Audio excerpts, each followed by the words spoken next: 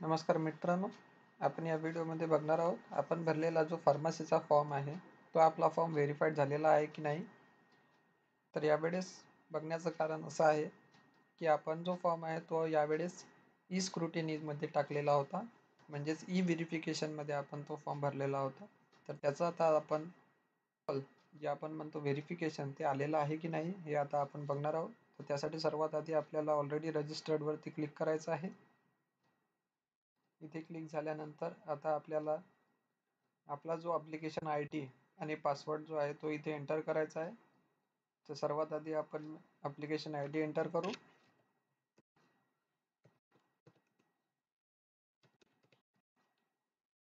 Application I D enter करून झालेला आहे. आता पासवर्ड एंटर करू. पासवर्ड पण एंटर करून झालेला आहे. आणि त्याच्यानंतर आता जो कॅप्चा कोड आहे, जे वरती इथे लिहिलेले लेटर्स आहे ते सेम ॲज इट इज आपल्याला इथे टाईप करायचे आहे.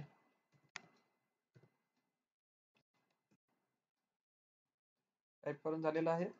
आणि आता आपण साइन इन वरती क्लिक करू. आपलं जे आहे होम पेज ओपन झालेलं आहे साइन इन केल्यावरती. तर इथे आपल्याला मेसेज दिसत आहे. आपलं जे स्टेटस आहे ॲप्लिकेशन फॉर्म व्हेरिफिकेशन स्टेटस ते आपल्याला इथे दिसत आहे. Your application form is verified and confirm by SC8111N on 9/8/2024. Please check the acknowledgement.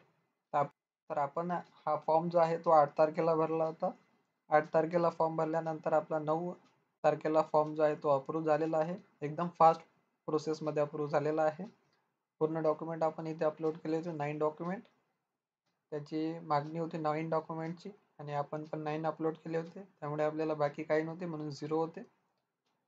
आणि इथून जो आहे आपला फॉर्म सबमिट झालेला आहे. आता सबमिट झाल्यानंतर आता आपल्याला मेरिट लिस्ट लागण्याची वेट करायचं आहे. मेरिट लिस्ट लागल्यानंतर आपल्याला पुढील प्रोसेस करायची आहे.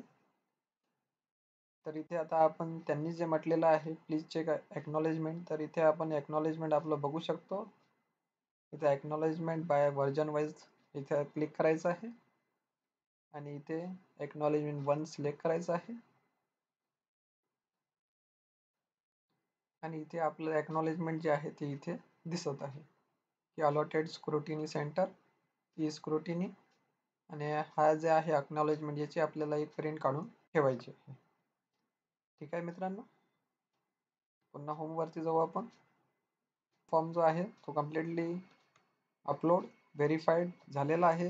म्हणजे आता आपल्याला काहीच करायची गरज नाही सध्या, जोपर्यंत आपली फायनल मेरिट लिस्ट लागत नाही तोपर्यंत. फायनल मेरिट लिस्ट लागल्यानंतर त्यामध्ये आपलं नाव सर्च करायचं आहे. ते झाल्यानंतर आपल्याला पुढील प्रोसेसमध्ये कॅप राऊंड जो आहे कॅप राऊंड 1 तो आपल्याला भरायचा आहे. तर इथे आपला हा व्हिडिओ आपण संपवत आहोत आणि पुढील आपण व्हिडिओमध्ये भेटू. कॅप राऊंड 1 कसा भरायचा ते आपण फायनल मेरिट लिस्ट लागल्यानंतर बघू. त्याबद्दलची पूर्ण माहिती पुन्हा आपण इथेच बघणार आहोत नवीन व्हिडिओमध्ये. जर तुम्हाला व्हिडिओ आवडल्यास सबस्क्राईब जरूर करा. ठीक आहे मित्रांनो, तर इथे आता आपण लॉगआउट करूया आणि फायनली आपली होम स्क्रीन आलेली आहे आणि इथे आपला हा व्हिडिओ एंड करूया. धन्यवाद मित्रांनो. जय हिंद, जय महाराष्ट्र.